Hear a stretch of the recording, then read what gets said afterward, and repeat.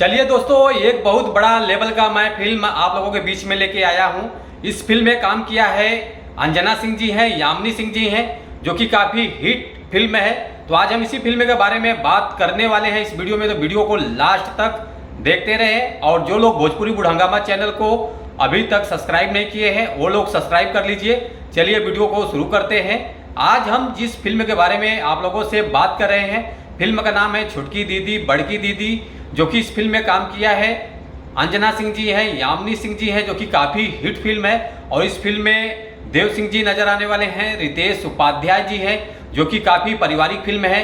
अंजना सिंह जी और यामिनी सिंह जी दो बहनें होती हैं, जो कि दोनों बहनें अपने घर को संभालती हैं। और उसके बाद ये फिल्म आप लोगों को देखने को मिलेगा 4 जून बुधवार सुबह 11 बजे ये फिल्म रिलीज हो रहा है।